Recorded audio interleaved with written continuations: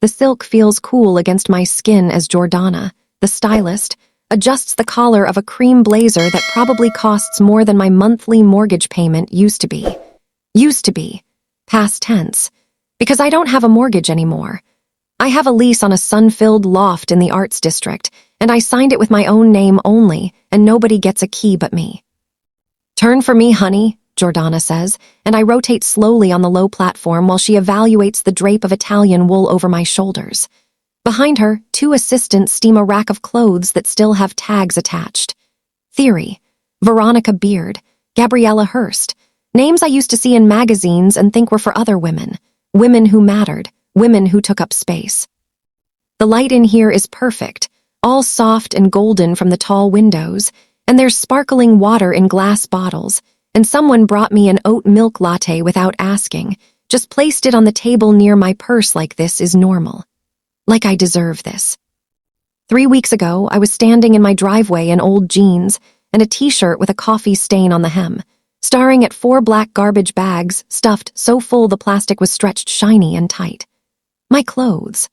My dresses, my sweaters, my favorite jeans that finally fit right, the leather jacket I'd saved up for over 6 months, the vintage blouse I'd found at an estate sale that made me feel like someone from a French film.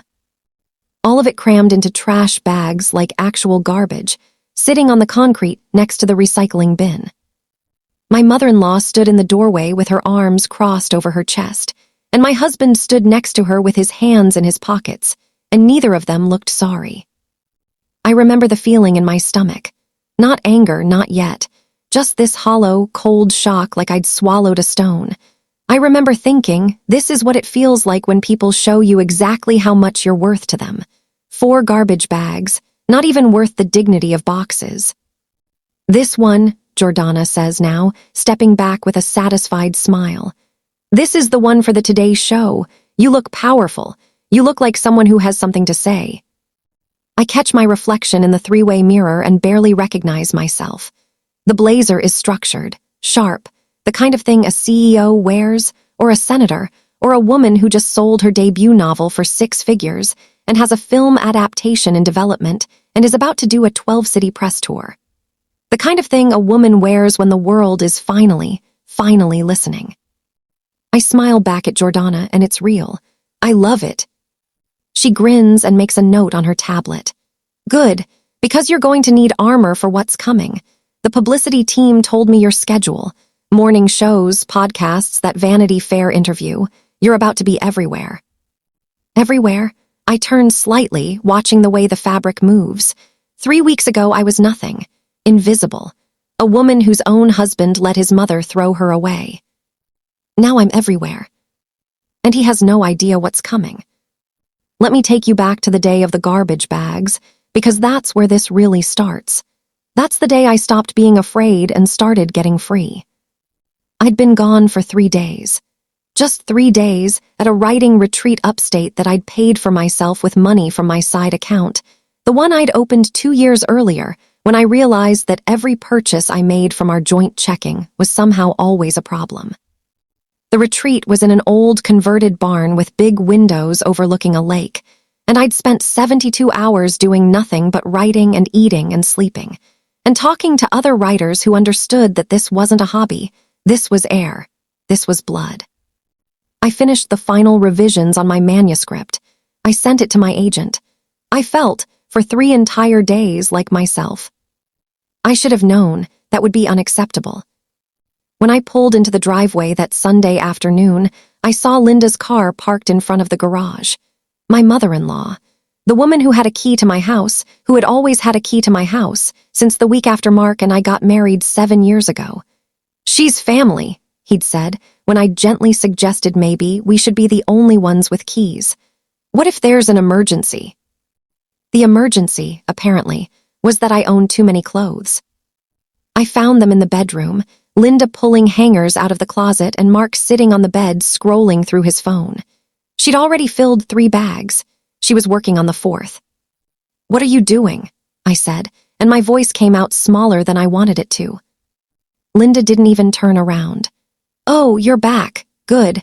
I was just telling Mark this closet is a disaster. You have clothes in here you haven't worn in years. It's practically hoarding." I looked at Mark. He glanced up from his phone, shrugged. "She's got a point, babe. You never wear half this stuff." "That's my leather jacket," I said, watching her stuff it into the bag.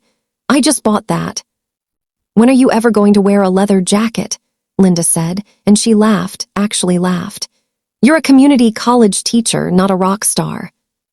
"Adjunct. I was an adjunct teaching composition to freshmen 2 days a week for poverty wages. But I didn't correct her because I'd stopped correcting her about 3 years into the marriage, right around the time I realized that facts didn't matter to Linda. Only her version of things mattered. "Please don't throw away my clothes," I said. Mark sighed like I was being difficult. "She's trying to help you, Claire. She brought over some nice things from Talbot's, work-appropriate stuff."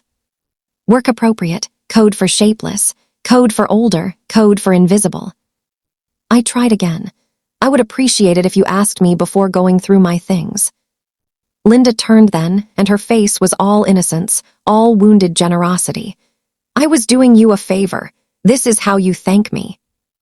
And Mark, my husband, the man who promised to honor and cherish me, said, "Come on, Claire, don't be like this." She drove all the way over here to help. I stood there in the doorway of my own bedroom and felt something inside me go very quiet and very cold. I didn't fight. I didn't scream. I said, "Okay," I said. "Thank you for thinking of me."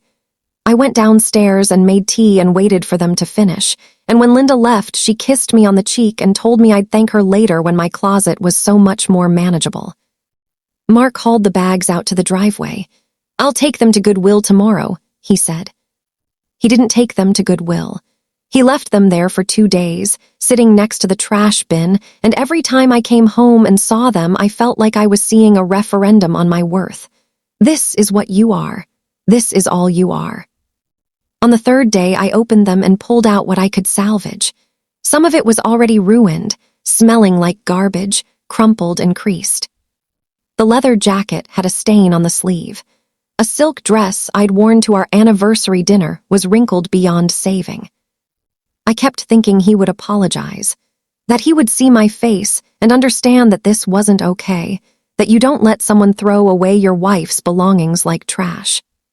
He didn't apologize. He said, "Are you still mad about the clothes? Seriously, you never dress up anyway. Why do you even need all that stuff?" And that's when I knew. I'd known for a while, actually, but that's when I let myself know. That's when I stopped lying to myself about what this marriage was. Let me tell you how I got here. Not to the stylist's studio, that comes later. I mean here, to this moment, standing in my own bedroom watching my clothes get thrown away by a woman who never liked me and a man who never saw me. We met at a friend's birthday party 8 years ago. I was 29, fresh out of my MFA program, living in a studio apartment with 2 other writers, freelancing for magazines and websites, working on a novel. I was broke and happy and so full of ideas I could barely sleep. I went to readings and art openings and underground theater, and I dated musicians and other writers, and I felt like my life was just beginning. Mark was different, steady, solid. He had a salaried job in operations at a medical supply company. He had a 401k. He talked about wanting a family someday, a house, a real life. When he looked at me, he seemed impressed, almost awed. "You're so talented," he'd say. "You're going to be famous someday." I thought he saw me. I thought he believed in me. His family was close, he said. Sunday dinners, holidays together, the whole thing. I liked that in theory. My parents had divorced messily when I was 12, and I'd spent my teenage years shuttling between 2 houses where I never quite belonged. The idea of a big, warm, intact family appealed to me. It seemed like safety. I met Linda 3 weeks into dating Mark. She made pot roast and fussed over him and asked me polite questions that felt like tests. Where did I grow up? What did my father do? What was my degree in? Creative writing? How nice. And what was I planning to do with that? I should have heard the edge under the sweetness. I should have noticed the way Mark shrank a little in her presence, how he laughed louder at her jokes, how he checked her face before he made decisions. But I was in love, or I thought I was, and I wanted it to work. We got engaged after a year. Married 6 months after that. Small wedding, mostly his family and friends. My mom came, drank too much, left early. My dad sent a card. Linda cried during the ceremony and told everyone how lucky Mark was. She never said I was lucky too. The key thing happened during our honeymoon. We were in Portugal and Mark got a call from his mom, some issue with her garage door. I gave her our spare key, he said casually, so she can water the plants while we're gone. We didn't have plants. When we got home, Linda had rearranged our kitchen. I thought this would be more efficient, she said. She'd also left a crock pot on the counter, a vacuum cleaner in the hall closet, and a note with suggestions for how I should organize the linen cabinet. I laughed it off. Mark said it was sweet that she cared. I asked, gently, if maybe we could get the spare key back now that we were home. Why? He said. What if there's an emergency? I didn't push. That was my first mistake. I didn't push because I didn't want to be the difficult wife, the one who caused problems, the one who couldn't get along with his family. So I made myself smaller. I told myself it was compromise. It was marriage. It was being a grown-up. I got the adjunct position because we needed the money and my freelance income was unpredictable. Mark's job was fine but not great, and we were saving for a house. The teaching was supposed to be temporary, just until my novel sold. But my novel didn't sell, not the first one. The agent I had back then sent it out to 12 editors and got 12 rejections. Literary fiction is a tough market, not commercial enough. Beautiful writing but no clear hook. Will have to pass. I was devastated. I cried for a week. Mark said, maybe it's a sign. Maybe you should focus on something more stable. I got pregnant 2 years into the marriage, miscarried at 9 weeks. It was terrible and sad and I wanted to talk about it, wanted to grieve, but Linda had opinions about that too. It's God's will, she said. You're young, there will be others, best not to dwell. Mark agreed with her. We should try to move on, he said. I tried to move on.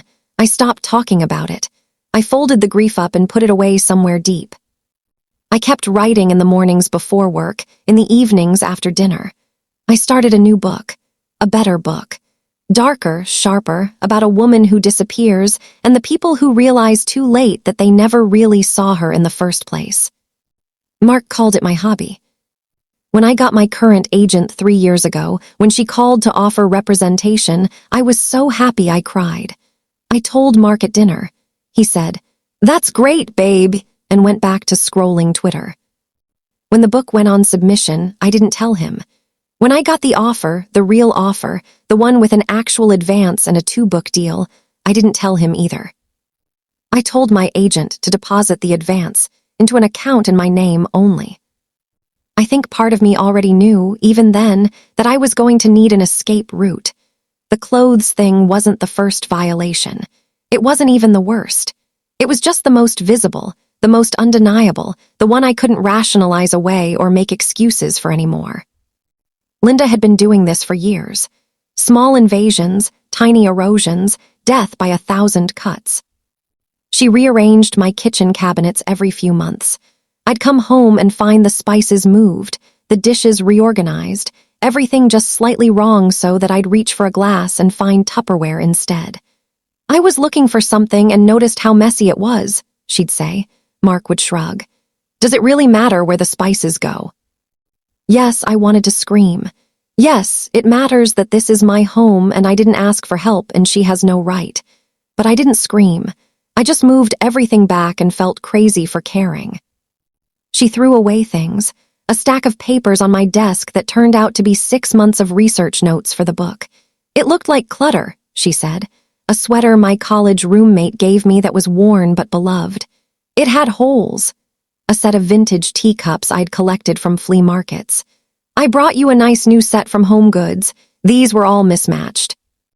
Every time, Mark defended her. She was trying to help. Why can't you just appreciate it? She commented on my body constantly.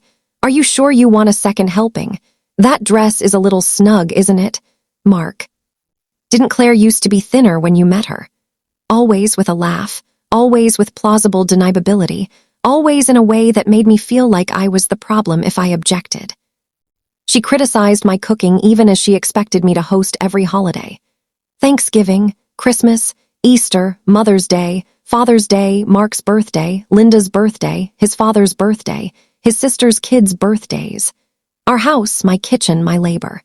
And then she'd stand in that kitchen and tell me the turkey was dry or the sides were bland or she made it differently better, back when Mark was growing up. I'd spend days cleaning and shopping and cooking, and Mark would help for maybe an hour. And then Linda would arrive early and rearrange my table settings and tell me I'd put the forks on the wrong side. "Just ignore her," Mark would say. "You know how she is." Yes, I knew how she was. The question was why he was okay with it. The money thing got worse over time. We had a joint checking account, and theoretically we were equal partners, but somehow my purchases were always questioned, and his never were. I'd buy groceries and he'd look at the receipt and ask why I spent so much. I'd buy a book or a new pair of shoes and he'd sigh and say we were supposed to be saving. Meanwhile, he bought golf clubs and expensive bourbon and a new laptop, and those were all fine, apparently. Necessary. Reasonable. My teaching income was direct deposited into the joint account. It wasn't much, maybe $2,000 a month, but it was something. My freelance work, when I got it, went there too. He made about $60,000 a year. I made maybe 25 on a good year. But he controlled the account. He paid the bills. He decided what we could afford. When I said I wanted to take that writing retreat, the one I eventually paid for myself, he said we couldn't swing it. Maybe next year. Meanwhile, he was planning a guy's weekend in Vegas. I opened my own checking account at a different bank. I started depositing my freelance checks there instead. When he noticed and asked about it, I said I wanted to keep my business income separate for tax purposes. He didn't push it. I don't think he cared as long as my teaching money still went into the joint account, the one he monitored. That separate account saved my life. That account became my escape fund, though I didn't think of it that way at first. Linda had opinions about my career, or lack thereof as she saw it. "When are you going to get a real job?" she'd ask at family dinners. "Community college teaching is fine for now, but what about when you have kids? You'll need better benefits." I wanted to say that I had an MFA from a respected program, that I'd published essays and short stories in literary journals, that I was working on something that mattered. But she'd just blink at me with that confused smile, like I was speaking another language. Mark never defended me. Not once. He'd change the subject or check his phone or suddenly remember he needed to help his dad with something in the garage. I started declining family dinners when I could. "I have papers to grade. I have a deadline." Usually they were lies. Usually I just stayed home and worked on my book and felt guilty and relieved in equal measure. His sister Amy was kind to me at first, but over the years she absorbed Linda's attitude, started making little comments. "Still working on that novel," with a pitying smile. "Maybe you could try something more commercial, like romance or thrillers. Those actually sell." I smiled and nodded and went home and wrote in secret. Because that's what it had become. A secret. The most important thing in my life, and I couldn't talk about it at home because it would either be dismissed or mocked or turned into something ugly. When I started querying agents again 3 years ago, I didn't tell Mark. When Sarah, my agent, offered representation, I signed the contract and didn't mention it. When the book went on submission to editors, when Sarah called with updates, when we got interest and rejections and more interest, I didn't say a word. I was writing about a woman who disappeared, about the people who claimed to love her but never actually saw her, about what it means to be erased slowly, quietly, until you're a ghost in your own life. It wasn't autobiographical, except for all the ways that it was. The offer came on a Tuesday 14 months ago. Sarah called me in the morning, right after Mark left for work. "Claire," she said, and I could hear the smile in her voice. "We have an offer. Actually, we have 2 offers. We're going to auction." I sat down on the kitchen floor and cried. By Friday, we had a deal. A major publisher, a 2-book contract, an advance that was more money than I'd made in the last 3 years combined. Not life-changing money, not quit-your-job money, but enough. Enough to matter. Enough to feel real. "Don't tell anyone yet," Sarah said. "Not until we have the signed contract. You'd be surprised how often deals fall through." But even after the contract was signed, even after I got the first chunk of the advance deposited into my private account, I didn't tell Mark. I told myself I was waiting for the right moment. I told myself I wanted to surprise him. I told myself a lot of things that weren't quite true. The truth was that I didn't want him to touch it. I didn't want Linda's opinions about it.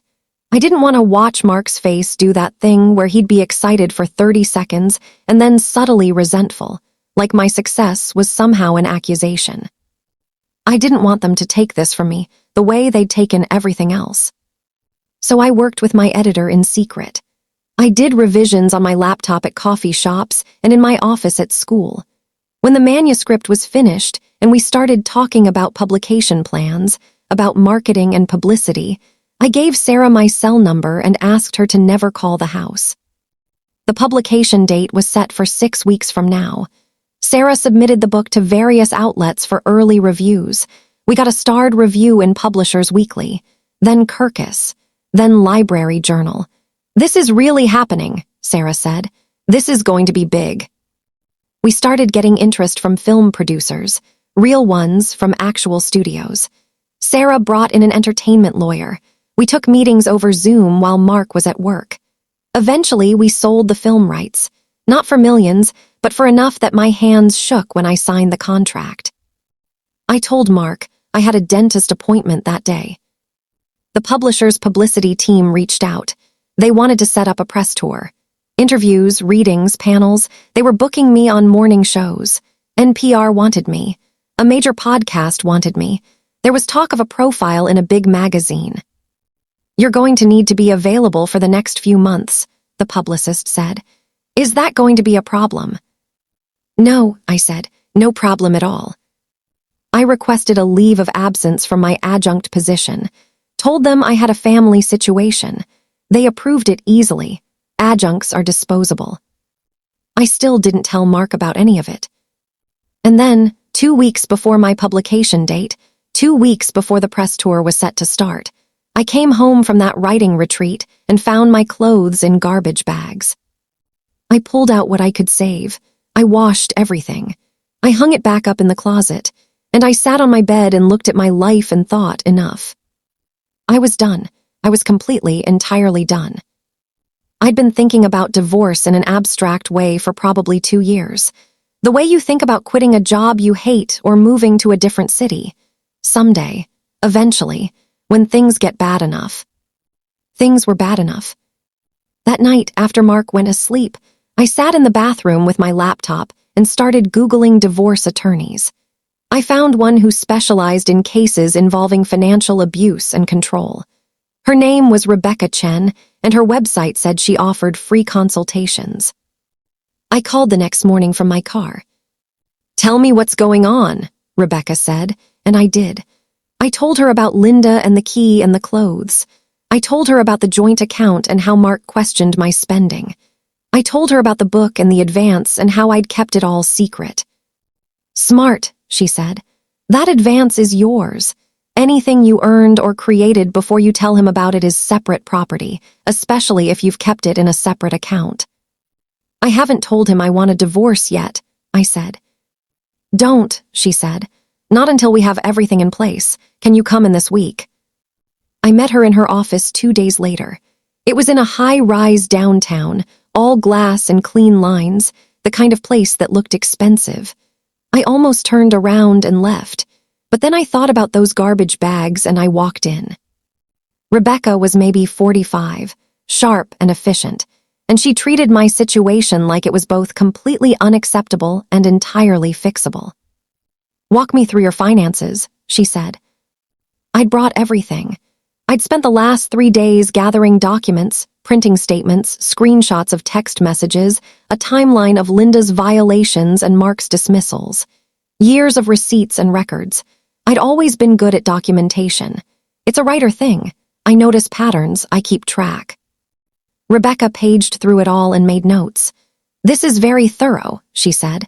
"Most people come in with nothing. You've built your own case." I showed her the separate account, the advance deposits. The freelance income I'd been routing there for 2 years. My half of rent and utilities and groceries, all documented, proving I'd contributed equally or more to household expenses despite making less. I showed her texts from Mark. "Do we really need that?" In response to me buying a winter coat. I thought we were saving when I mentioned wanting to take a weekend trip to see a friend.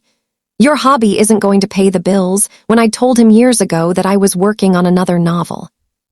"He calls your career a hobby," Rebecca said.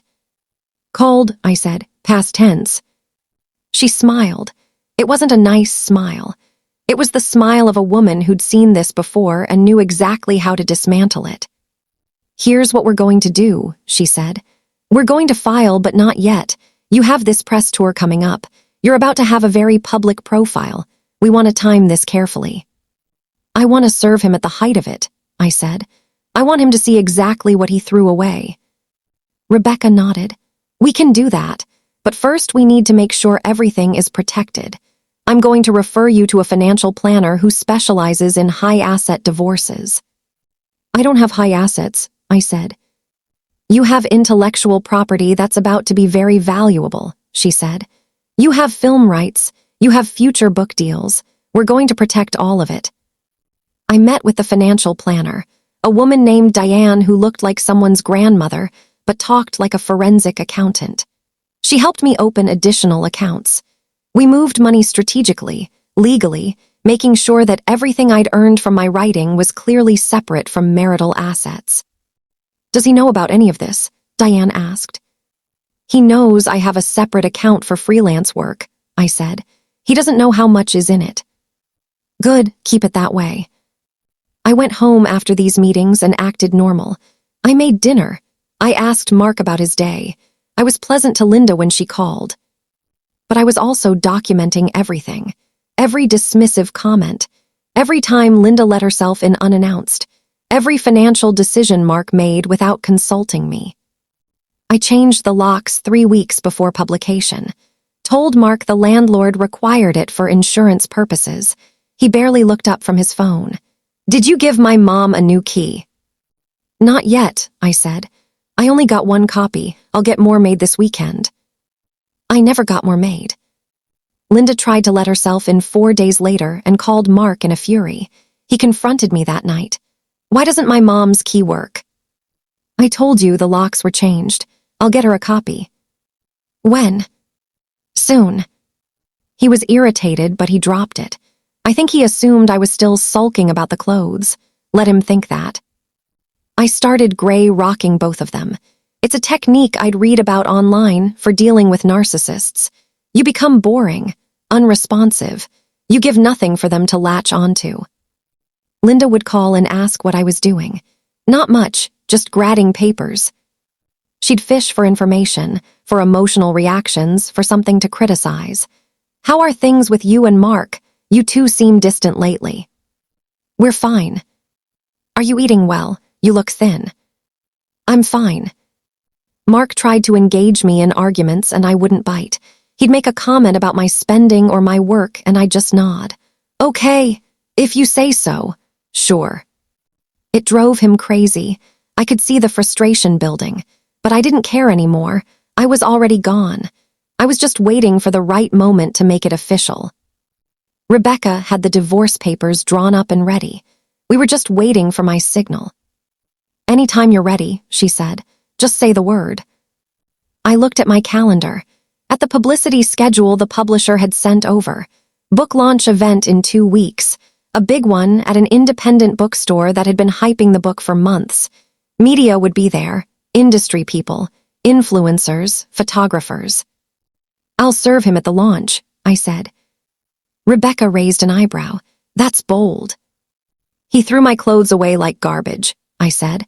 "I think bold is appropriate." Next 2 weeks became a strange double life. On the surface, I was still Mark's wife, still living in the same house, still sleeping in the same bed. But underneath, I was building something else entirely. 2 parallel tracks running toward the same destination, timed to converge at the exact right moment.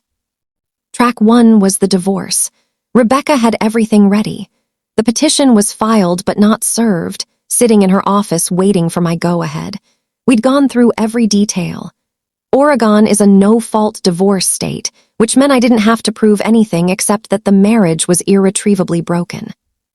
But Rebecca had built a comprehensive case anyway, documenting the financial control, the emotional dismissal, my equal contributions to household expenses despite his attempts to position himself as the provider. "He's going to try to claim he supported your writing career," Rebecca said. "He's going to say the joint account money paid for your time to work on the book." "I have records showing I paid half of everything," I said. "Plus, I worked a job. Plus, the book advance went into my separate account and he doesn't even know it exists." "Exactly. And the book was completed before you tell him about it, which means it's separate property. Same with the film rights. He has no claim." We'd structured everything carefully. The house was a rental, both our names on the lease, which made it easy. I'd already found my own apartment, a loft in the arts district with huge windows and exposed brick.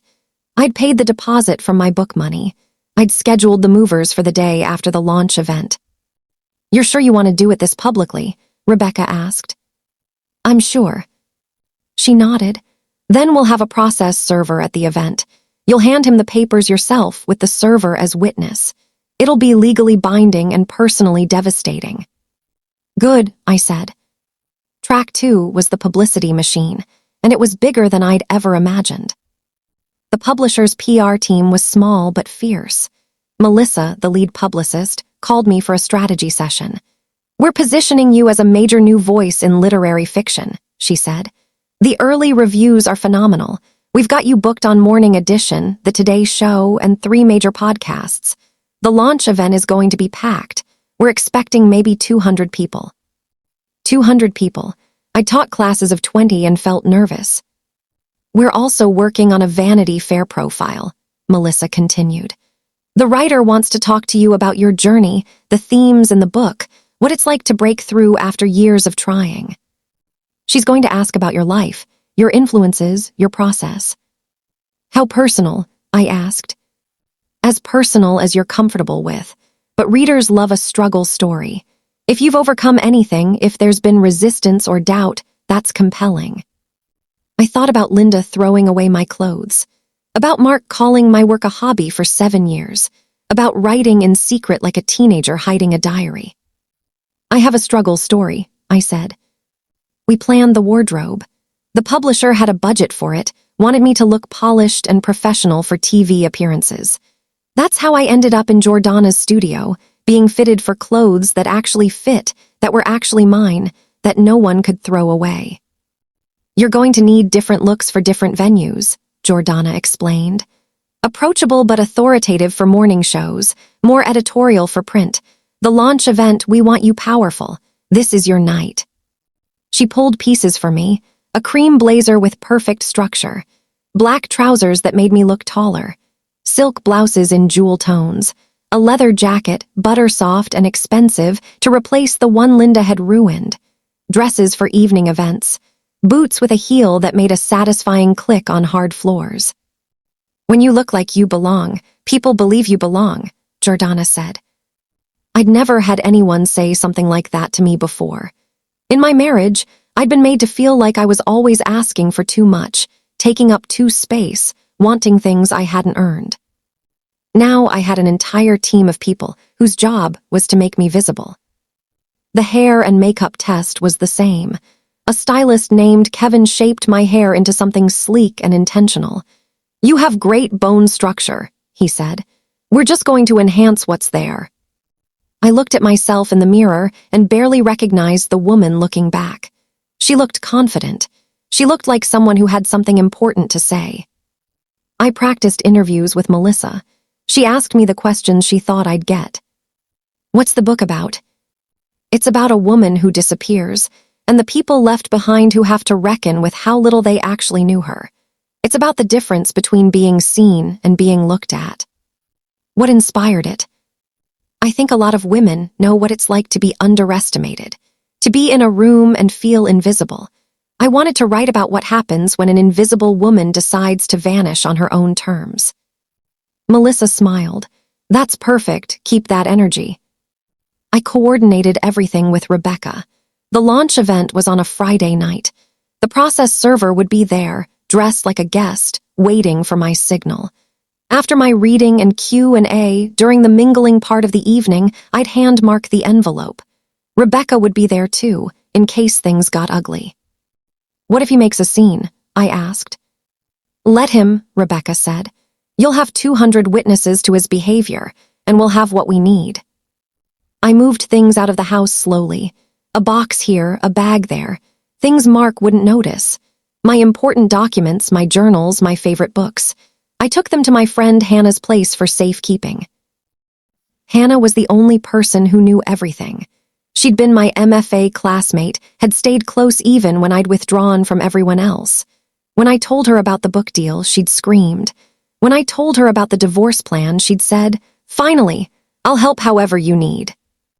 I packed my grandmother's jewelry, the few pieces I had, my laptop and external hard drives, the framed photo of my mom from before the divorce when she still smiled like that. Mark noticed nothing. He came home from work, ate dinner, watched TV, scrolled his phone. We barely spoke. I think he thought I was punishing him with silence. I let him think that. At night, I lay next to him and planned, reviewed timelines, went over what I'd say, imagined his face when he realized what was happening. I didn't feel guilty. I'd waited for guilt, for second thoughts, for some sign that I was making a mistake, but all I felt was clear, focused, free. 10 days before the launch, the publisher released the cover on social media. I was in my office at home when Melissa texted me. "Cover reveal goes live in 5 minutes. You ready?" I wasn't sure what ready meant in this context, but I said yes. They posted it on Instagram, Twitter, Facebook. The cover was beautiful, stark and haunting, with a blurb from a Pulitzer Prize winner across the top. The caption talked about this stunning debut and the powerful new voice in literary fiction. Within an hour, it had thousands of likes. Other authors shared it. Book influencers shared it. People I'd never met were talking about how excited they were to read it. My phone started buzzing. Messages from people I hadn't heard from in years. "Congratulations. This is amazing. I can't wait to read it."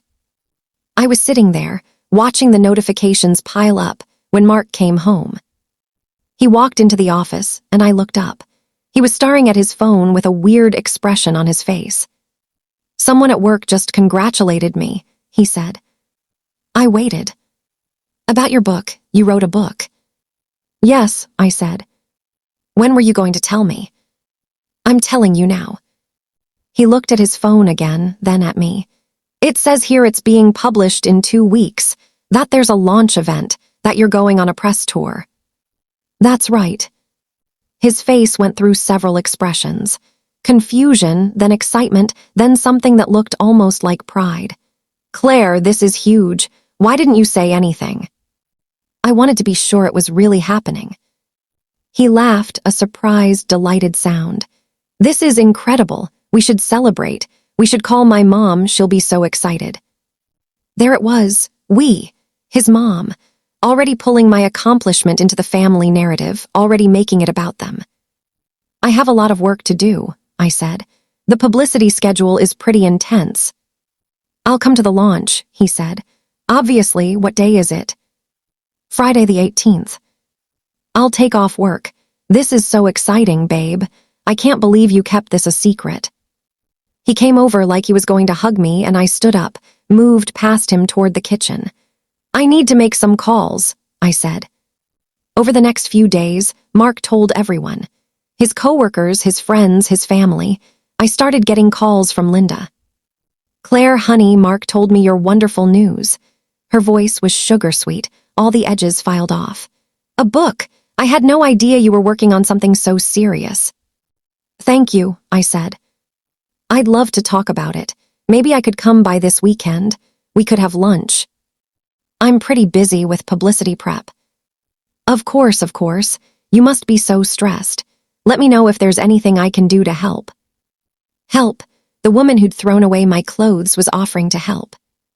"I'll let you know," I said and ended the call. She posted on Facebook that night. A picture of Mark from 10 years ago with a caption about how proud she was of her brilliant daughter-in-law. She'd never called me brilliant before. She'd never called me her daughter-in-law with anything approaching warmth. But now that there was something to brag about, suddenly I was family. Mark started love-bombing me. He brought home flowers, suggested we go out to dinner to celebrate, told me how proud he was, how he always knew I could do it. "I always believed in you," he said. I looked at him and said nothing, just looked at him until he got uncomfortable and changed the subject. He wanted details. When was the press tour? Which cities? Which shows? I gave him the minimum. It's all coordinated by the publisher.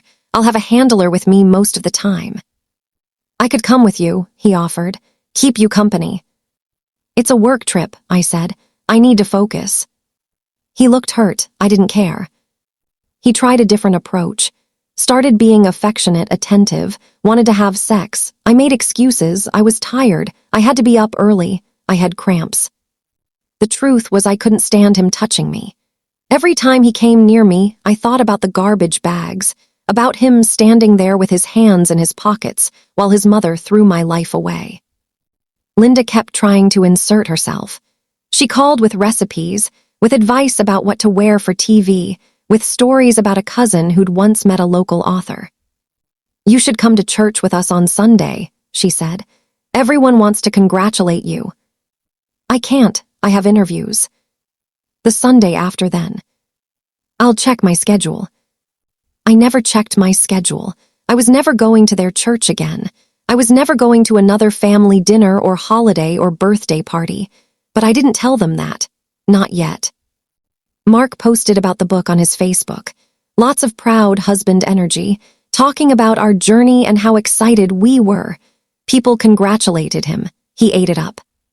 His sister Amy called. "This is so amazing, Claire. I'm sorry if I ever seemed discouraging. I really am so happy for you." "Thank you," I said. "Can you get me an advance copy? I'd love to read it before it comes out." "They're all spoken for," I lied. The thing was, the book was about them. Not literally, the characters were different, the plot was fiction. But the themes, the emotional truth, it was all there. A woman erased by the people who claimed to love her. A family that took and called it care. A husband who watched it happen and did nothing. I didn't want them to read it until it was too late. Mark kept pushing for details about the launch event. Where was it? What time? Could he invite people? "It's being handled by the publisher," I said. "Industry people mostly, press." "But I can come, right? I'm your husband." "It's not really a +1 situation." His face fell. He looked genuinely hurt. "You don't want me there." I could have said it then. Could have ended it early, told him the truth. But I wanted him there. I wanted him to see what he'd dismissed for 7 years. I wanted him to watch me succeed. To be surrounded by people who valued what he'd called a hobby. And then I wanted to hand him the papers that would end us. So I said, "You can come, but it's my night. You'll need to just blend in." "Of course," he said, eager now. "Whatever you need, I'm just so proud of you, babe." Proud? He was proud now. Now that other people were impressed. Now that my work had been validated by gatekeepers he respected. Now that there was glory to bask in. He'd never been proud when it was just me, and a laptop, and years of rejection. Linda called again. "Mark says the launch is at that bookstore downtown, the nice one. I'd love to come." My heart sank. "Linda, I don't think." "I know you said it's industry people, but I'm family.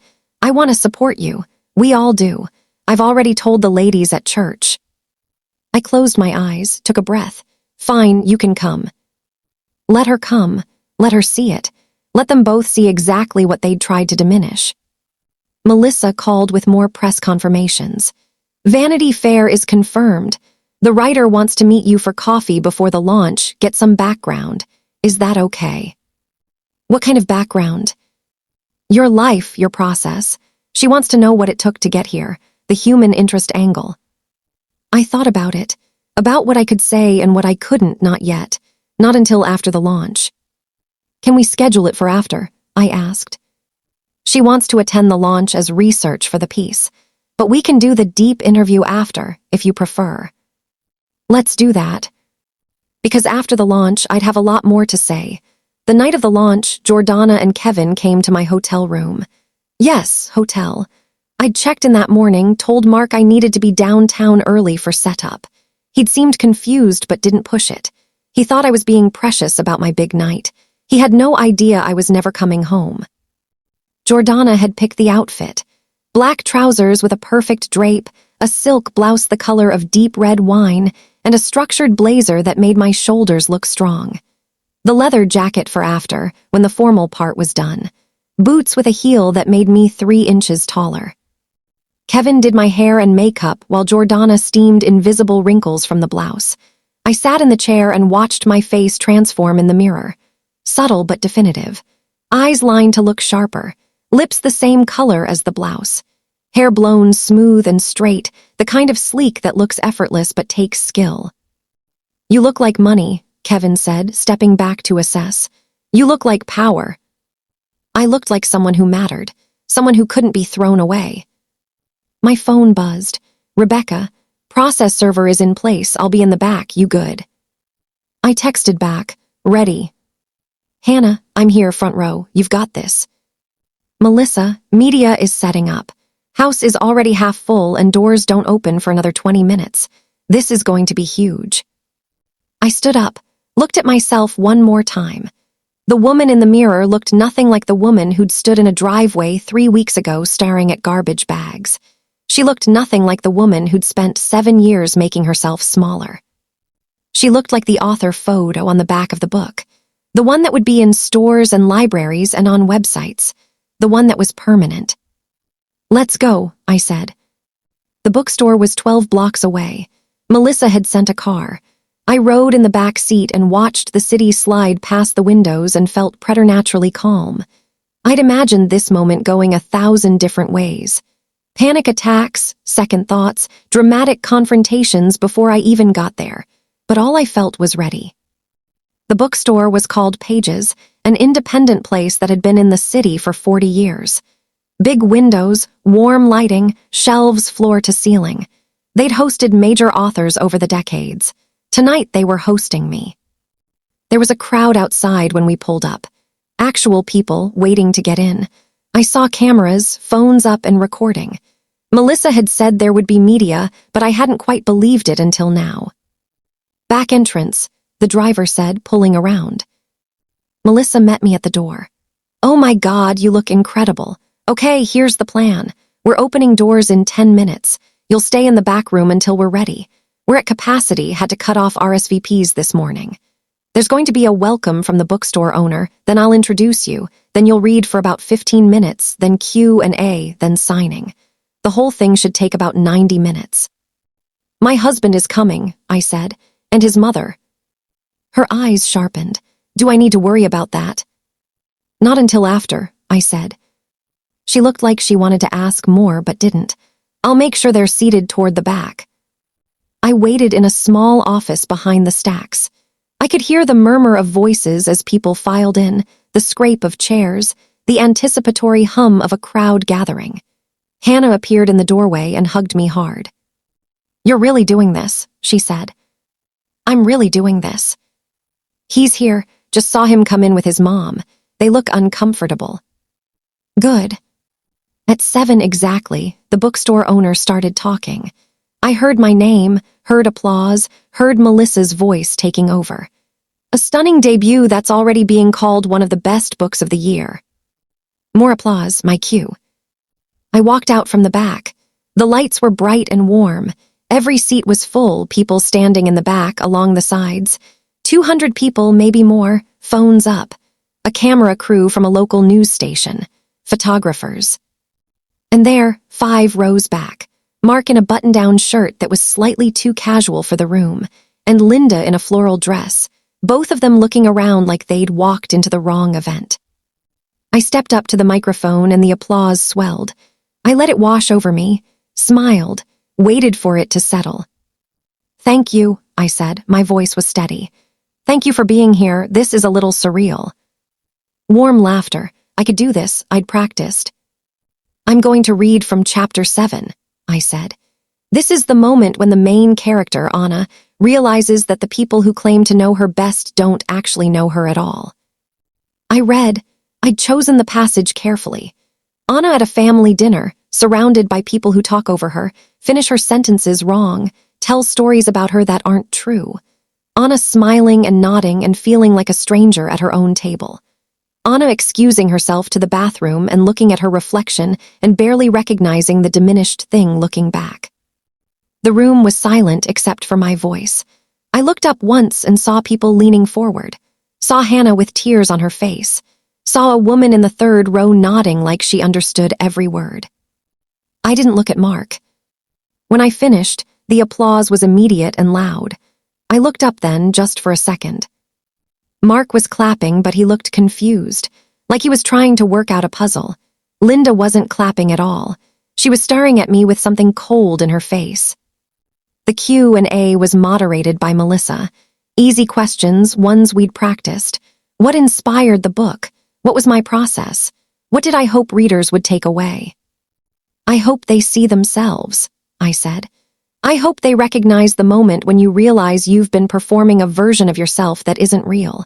And I hope they find the courage to stop. More applause. A woman raised her hand and Melissa pointed to her. This book feels very personal, the woman said. How much of honor is you? I paused, smiled slightly. I think every writer puts themselves into their work. The emotions are real even when the events aren't. I know what it's like to feel unseen. I think a lot of people do. Did you draw from your own life? Melissa stepped in. Let's keep questions focused on the book itself. But I said, it's okay. I looked at the woman, looked at the room. Yes, I drew from my life, from things I experienced, from realizing that the people I'd tried hardest to please were the ones who valued me least. Writing this book was how I found my way back to myself. The room was very quiet. I could feel the attention, sharp and focused. It's also, I said, how I learned to set boundaries, to say no, to understand that leaving isn't giving up, it's sometimes the bravest thing you can do. I wasn't looking at Mark, but I could feel him in my peripheral vision, sitting very still. We moved to the signing. A line formed immediately, snaking through the store. I sat at a table with stacks of books and signed my name over and over. People told me their stories, women mostly, a few men. They said, this book gutted me. They said, I saw my marriage in these pages. They said, thank you for writing this. I signed for an hour. My hand cramped. I didn't care. This was the opposite of invisible. When the line finally thinned, Mark approached, Linda right behind him. Hey, he said. He looked lost. That was really something. Thank you. I didn't know the book was about. He trailed off. About what? I don't know. It seemed really personal. That chapter you read. Linda cut in. Her voice was tight, artificially bright. It was lovely, Claire, very impressive. You must introduce me to your publisher. Why? I asked. She blinked. Well, I'd love to meet the people who worked on this. I'm so proud to have supported you through this journey. Something hot flashed through me. You threw my clothes in the garbage 3 weeks ago. Her face went rigid. I was helping you declutter, if you're still upset about that. I'm not upset, I said. I'm done. Mark touched my arm. Babe, come on, it's your big night. Let's not do this now. I pulled my arm away, looked at him. You called my work a hobby for 7 years. I didn't mean. You let your mother throw away my belongings and told me I was overreacting. People were watching now. The bookstore had mostly cleared, but there were still stragglers. Hannah, Melissa, Rebecca standing by the biography section, the process server dressed in a dark suit waiting.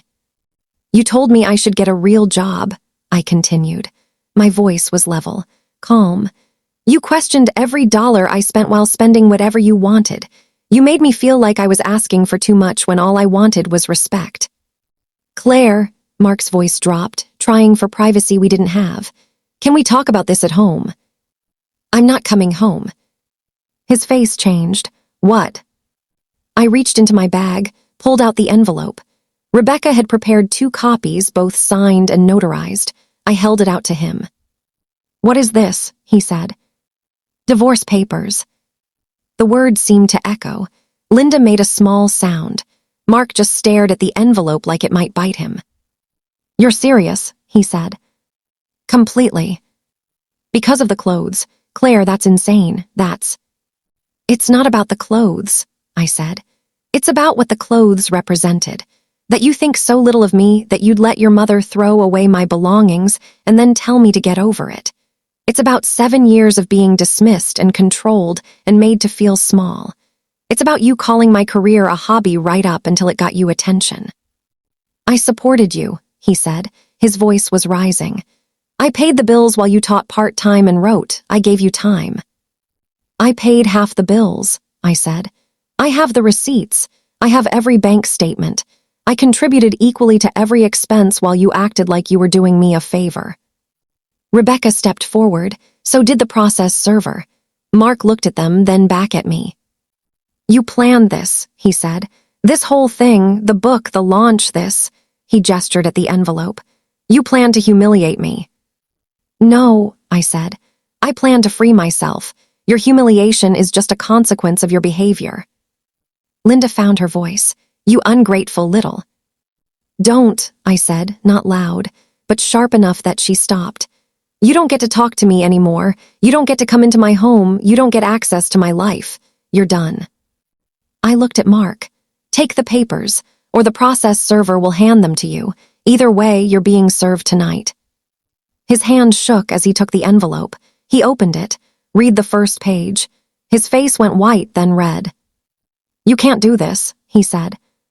"I already did." "The book money, that's marital property." "It's not," Rebecca said, stepping fully into the conversation. "I'm her attorney.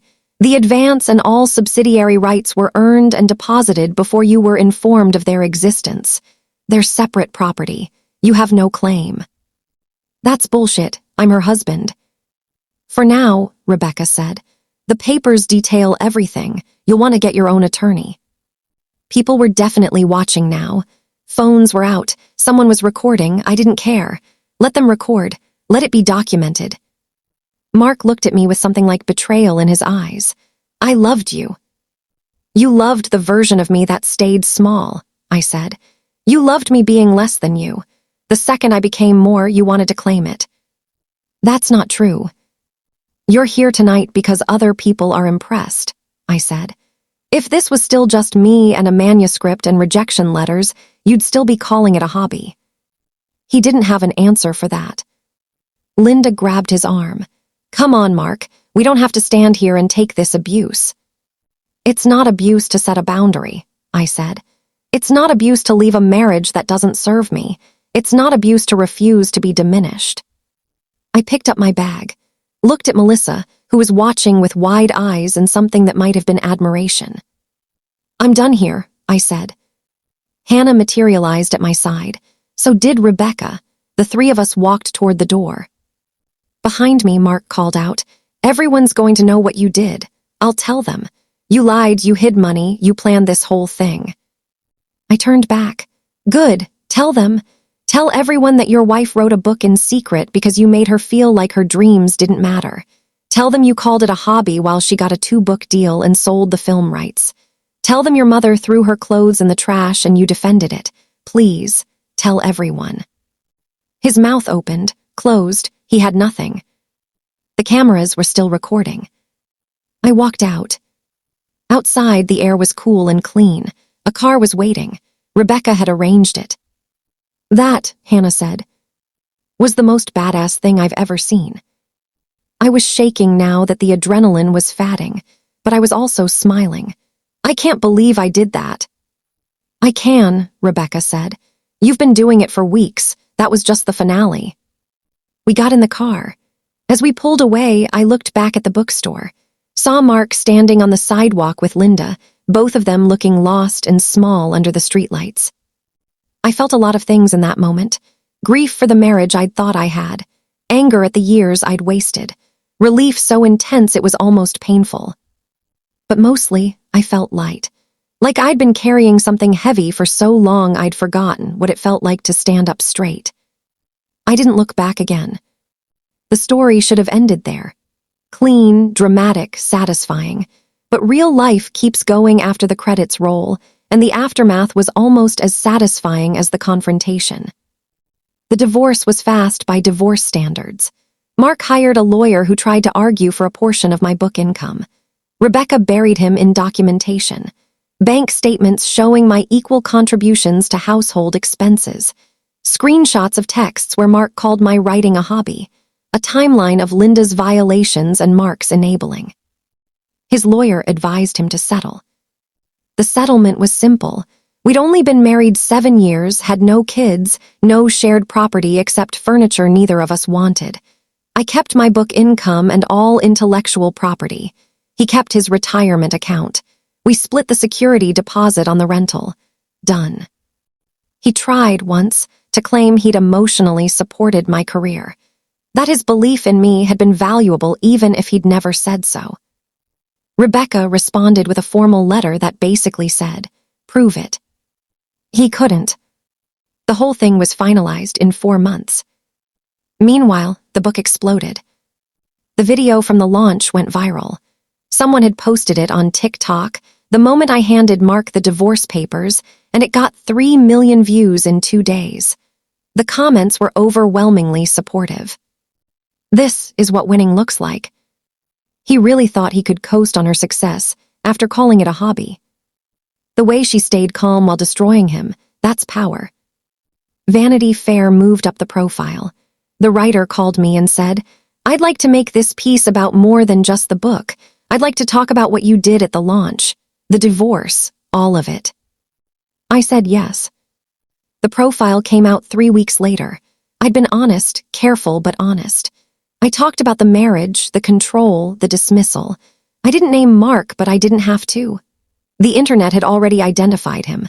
I talked about Linda and the clothes and the years of boundary violations. I talked about writing the book in secret, about keeping the deal quiet because I knew it wouldn't be safe to share, about learning that the people who love you should celebrate you, not diminish you. The response was enormous.